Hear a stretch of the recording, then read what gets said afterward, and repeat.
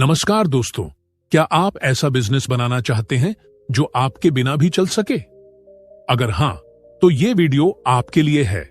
आज हम बात करेंगे जॉन वारिलो की मशहूर किताब बिल्ट टू सेल के बारे में, जो आपको सिखाएगी कि कैसे आप एक ऐसा बिजनेस बनाएं जिसे बेचा जा सके और जो आपके बिना भी थ्राइव कर सके। तो चलिए शुरू करते हैं। बिजनेस बेचने लायक होना चाहिए। कितनी बार हमने देखा है कि कोई बिजनेस अच्छा चल रहा होता है, लेकिन जैसे ही उसका मालिक हटता है वैसा ही बिजनेस गिरने लगता है। इसका सबसे बड़ा कारण है वह बिजनेस उस व्यक्ति पर निर्भर होता है, ना कि सिस्टम पर। जॉन वारिलो की किताब बिल्ट टू सेल हमें यही एक बेहद अहम बात सिखाती है। अगर आप चाहते हैं कि आपका बिजनेस एक दिन बेचा जा सके, तो उसे इस तरह बनाइए कि वो आपके बिना भी सुचारू रूप से चल सके। अब सोचिए, कोई इंसान जब कोई बिजनेस खरीदता है तो वो क्या देखता है? वो यह देखता है कि यह बिजनेस किस पर निर्भर है। अगर वो सिर्फ एक इंसान पर यानी आप पर निर्भर है तो उसे खरीदना बहुत बड़ा रिस्क है, क्योंकि अगर आप नहीं रहेंगे तो सारा सिस्टम ढह सकता है। लेकिन अगर आपने ऐसा बिजनेस खड़ा किया है जो प्रोसेसेस और सिस्टम्स पर चलता है, जहां हर काम के लिए स्पष्ट नियम, जिम्मेदारियां और ऑटोमेटेड फ्लो है, तो वह बिजनेस ज्यादा भरोसेमंद और आकर्षक बन जाता है। चलिए एक उदाहरण से समझते हैं। मान लीजिए आप एक मार्केटिंग एजेंसी चलाते हैं। अगर हर क्लाइंट का कैंपेन, हर मीटिंग, हर स्ट्रेटजी आप खुद ही बना रहे हैं, तो यह बिजनेस सिर्फ आपके दिमाग और मेहनत पर टिका हुआ है। अब अगर कोई खरीदार आए और कहे कि आप चले गए, तो फिर यह बिजनेस कैसे चलेगा? तो उसका शक जायज है।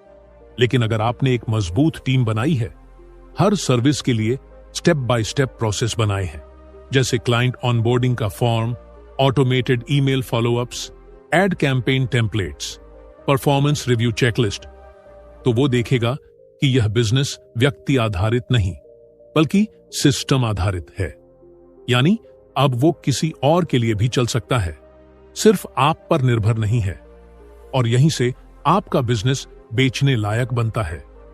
बिल्ट टू सेल यही सिखाती है कि अगर आप एक वैल्यूएबल एसेट बनाना चाहते हैं, तो पहले खुद को बिजनेस से अलग कीजिए और फिर उस बिजनेस को एक मशीन की तरह बनाइए जो हर दिन एक जैसे ढंग से आउटपुट दे सके, चाहे ड्राइवर कोई भी हो। 2, एक फोकस्ड सर्विस चुनें। दोस्तों, क्या आपने कभी ऐसा रेस्टोरेंट देखा है जहां 50 तरह की चीजें मिलती हैं? पिज्जा भी, दाल चावल भी, चाइनीज भी, साउथ इंडियन भी, और फिर एक दूसरा रेस्टोरेंट है जहां सिर्फ डोसा मिलता है, लेकिन वो इतना अच्छा डोसा बनाते हैं कि लोग दूर दूर से सिर्फ वहीं खाने आते हैं। अब सोचिए, दोनों में से ज्यादा कामयाब कौन हो सकता है? जॉन वारिलो बिल्ट टू सेल में यही बात कहते हैं।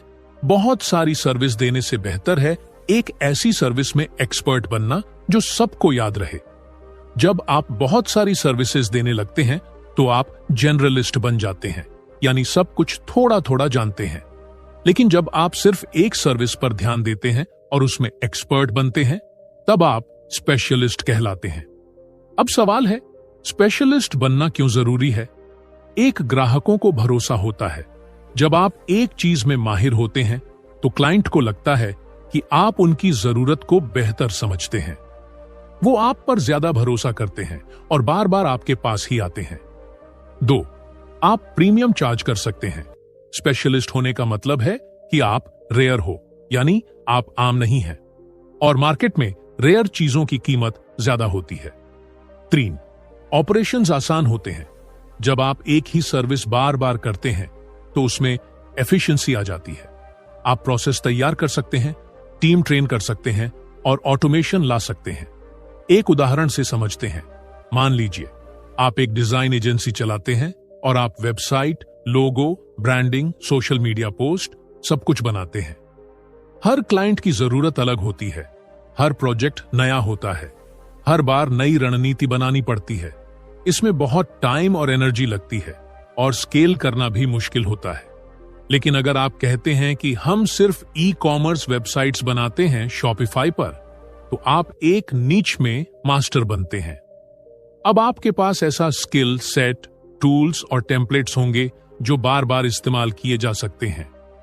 ग्राहक जानेंगे कि आप सिर्फ उन्हीं के जैसे बिजनेस के लिए काम करते हैं, तो वो ज्यादा पैसे देने को भी तैयार होंगे। बिल्ट टू सेल में ये मैसेज साफ है। सब कुछ करने की कोशिश मत करो, एक चीज में माहिर बनो। जब आपका बिजनेस फोकस्ड होता है तो वह न सिर्फ क्लाइंट्स के लिए साफ और समझने लायक होता है, बल्कि खरीदारों के लिए भी अट्रैक्टिव बनता है। क्यों? क्योंकि एक स्पेशलिस्ट बिजनेस में प्रॉफिट मार्जिन ज्यादा होता है, क्लाइंट रिटेंशन ज्यादा होता है और प्रोसेसेस रिपीटेबल होते हैं, यानी वह बिजनेस बेचने लायक होता है। 3. स्टैंडर्ड प्रोसेस बनाएं। अब मान लीजिए आप किसी काम में बहुत माहिर हैं। मान लीजिए एक शानदार ग्राफिक डिजाइनर है। आप अपने क्लाइंट्स को इतना बेहतरीन डिजाइन देते हैं कि सभी खुश हो जाते हैं। लेकिन एक सवाल सोचिए, क्या आपकी टीम भी वैसा ही डिजाइन दे सकती है? क्या आपके बिना भी वैसी ही क्वालिटी आ पाएगी? अगर जवाब नहीं है तो समझिए कि आपका बिजनेस रिपीटेबल नहीं है। और यही वो चीज है जो बिल्ट टू सेल में जॉन वॉरेलो बहुत जोर देकर समझाते हैं। अगर आप चाहते हैं कि आपका बिजनेस आपके बिना भी चले, तो आपको हर सर्विस को एक सिस्टम में बदलना होगा। अब सिस्टम का मतलब क्या होता है? सिस्टम का मतलब होता है ऐसा प्रोसेस जो स्टेप बाय स्टेप तय हो और हर बार एक जैसा रिजल्ट दे। जैसे कोई रेसिपी होती है, जब हर कोई उसी सामग्री, उसी मात्रा और उसी तरीके से पकाए तो स्वाद वही आता है। यहां कुछ जरूरी बातें हैं जो हर बिजनेस को ध्यान में रखनी चाहिए। 1. स्टेप बाय स्टेप प्रोसेस बनाइए। हर काम का एक स्टैंडर्ड तरीका तय कीजिए। उदाहरण, क्लाइंट ऑनबोर्डिंग के लिए क्या स्टेप होंगे? सबसे पहले एक वेलकम ईमेल जाएगा, फिर एक फॉर्म भरा जाएगा, फिर एक जूम कॉल और फिर काम शुरू। 2.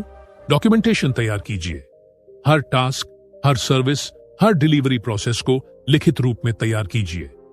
इसे SOP, स्टैंडर्ड ऑपरेटिंग प्रोसीजर कहा जाता है। इससे जब भी कोई नया टीम मेंबर आता है तो उसे सब कुछ सिखाने की जरूरत नहीं होती। वो गाइड पढ़कर काम सीख सकता है। 3. ट्रेनिंग मैनुअल और टेम्पलेट्स बनाइए।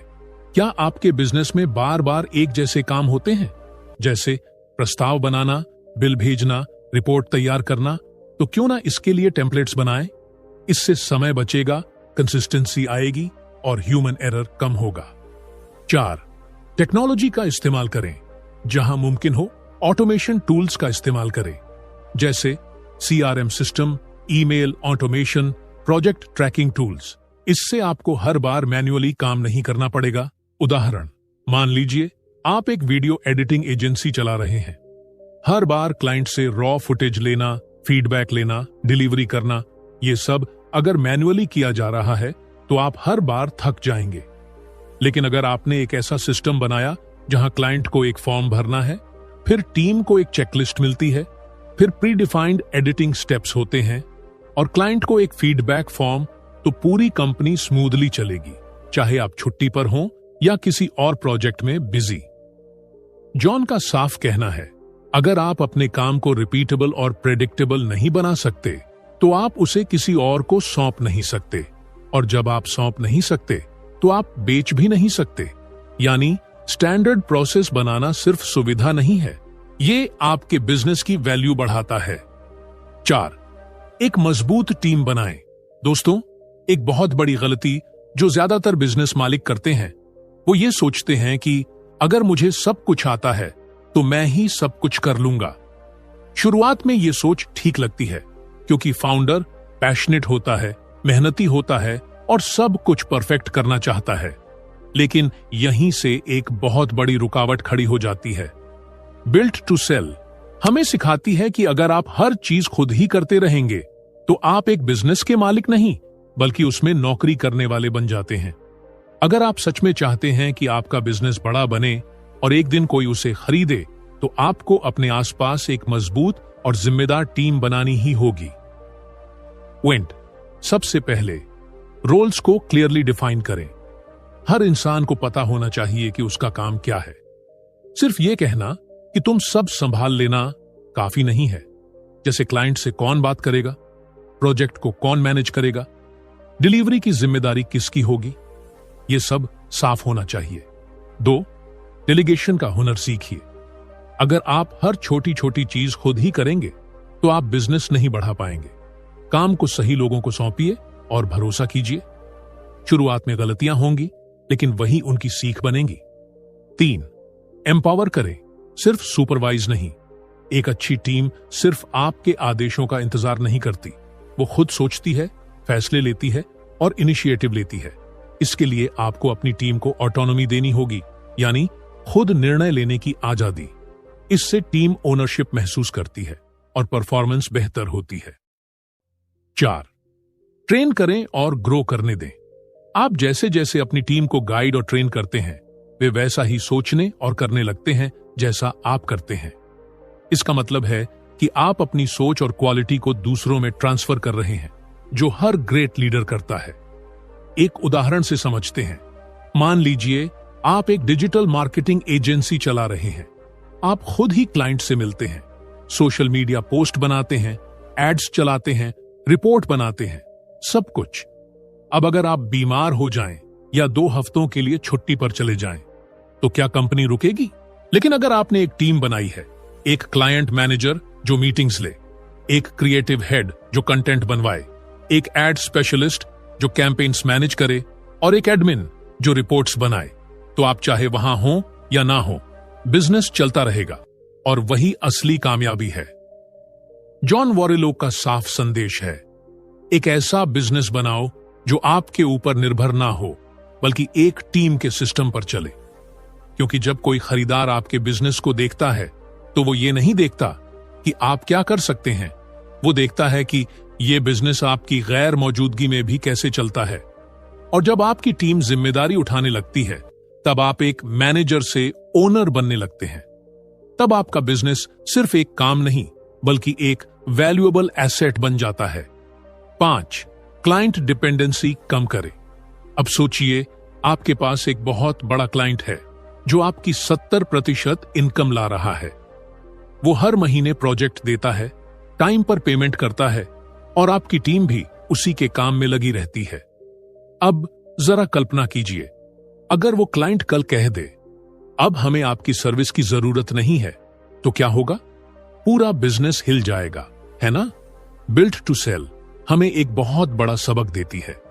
अगर आपका बिजनेस कुछ गिने चुने क्लाइंट्स पर टिका हुआ है, तो वो असल में बहुत कमजोर है।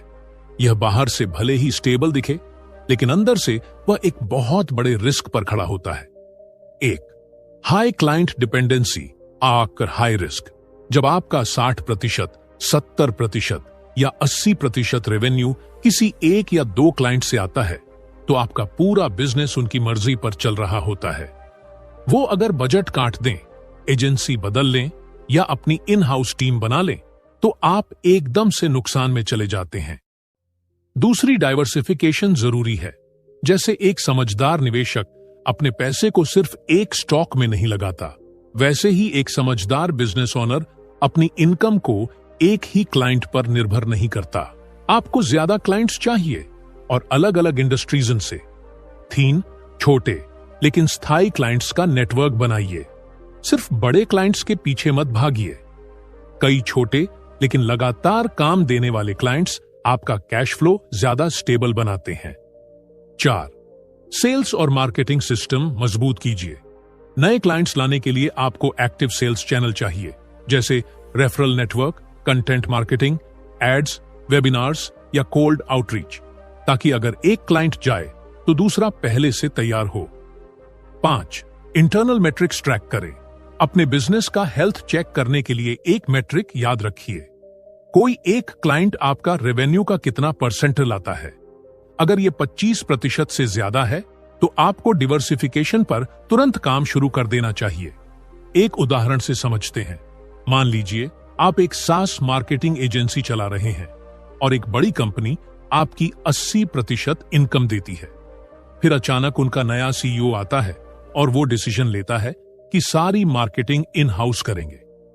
अब आपकी टीम खाली बैठी है, पैसे आना बंद और आप दोबारा मार्केट में भाग रहे हैं।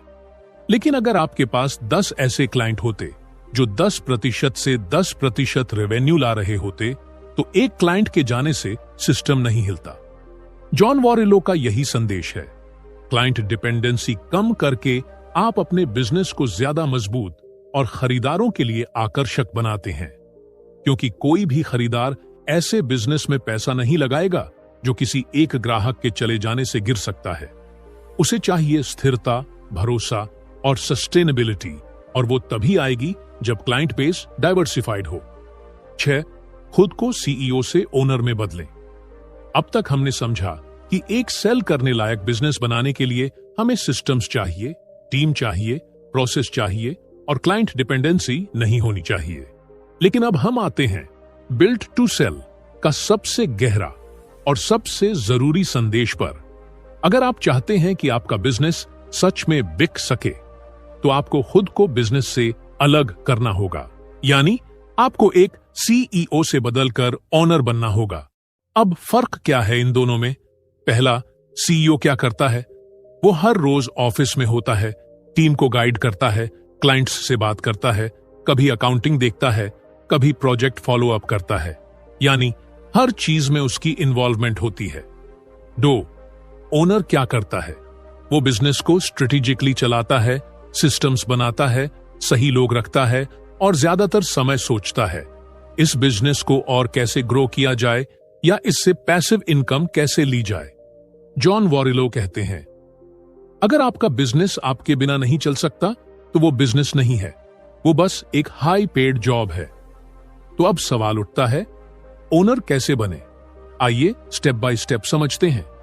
1, माइक्रो मैनेज करना छोड़िए, हर छोटी चीज में घुसना छोड़ दीजिए। आपका काम यह नहीं कि डिजाइन अप्रूव करें या ईमेल भेजें। आपका काम है ऐसे सिस्टम बनाना कि आपकी टीम ये सब खुद कर सके। 2, अपने टाइम की वैल्यू पहचानिए। अगर आप हर दिन 10 घंटे बिजनेस में ही लगे रहते हैं, तो आप ना तो बिगर पिक्चर देख पा रहे हैं, ना ही नए ग्रोथ आइडियाज पर काम कर पा रहे हैं। ओनर बनने का मतलब है अपने टाइम को स्ट्रैटेजी, विजन और एक्सपेंशन में लगाना। 3, स्ट्रक्चर बनाइए फ्रीडम के लिए। जब तक रोल्स, रिस्पॉन्सिबिलिटीज और प्रोसेसेस फिक्स नहीं होते, तब तक आप फ्री नहीं हो सकते।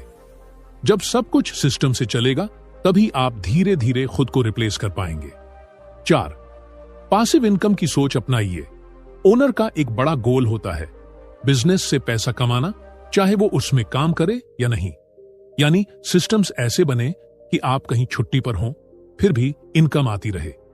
तभी आप किसी दिन उस बिजनेस को बेचने लायक बना पाते हैं। 5, एग्जिट की प्लानिंग शुरू कीजिए। अब सोचिए, क्या कोई बायर आपका बिजनेस ऐसे ही खरीद लेगा जिसमें सब आपसे पूछकर होता है? नहीं, वो तभी खरीदेगा जब बिजनेस आपके बिना भी स्मूथ चले।